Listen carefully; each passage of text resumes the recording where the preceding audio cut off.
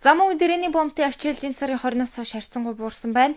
Үүнээс өмнө үндэсний баяр наадмын өмнөх өдрүүд болон оюутан сурагчдын хичээл эхлэх гэж байгаа энэ сарын эхний 15 хоногт бомбтор дамжин өнгөрөх ачаа тээвэрлэлт ирсний мэджээ. Заршигчдын урсгалч мөн одоогоос хэд дахин өссөн юм байна. Өдөртөө 1400-га тээврийн хэрэгсэл гарч орж байна. Энэ бол сая 8 дуусар гараад хичээлийн шинжилгээтэй холбогдуулаад оюутан сурагчдын хөдөлгөөн ихтэй байна. Зочдын хөдөлгөөн ихтэй байна. За өдөрт бол нэг 15-аас 22 автобус.